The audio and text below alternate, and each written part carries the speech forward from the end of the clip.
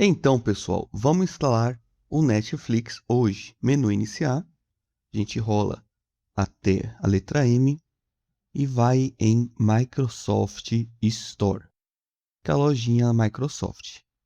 Você tem que estar logado com a conta do Hotmail, tá? Digita Netflix na pesquisa, encontrou, clica e aqui é só instalar.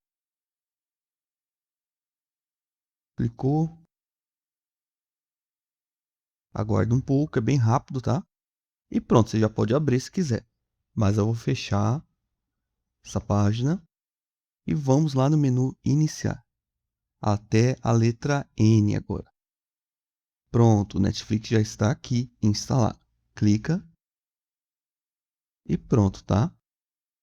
Aguarda um pouquinho. Então, aqui eu pulei a parte do login, tá? E já está aqui o Netflix. É só escolher o conteúdo que você quer assistir e pronto.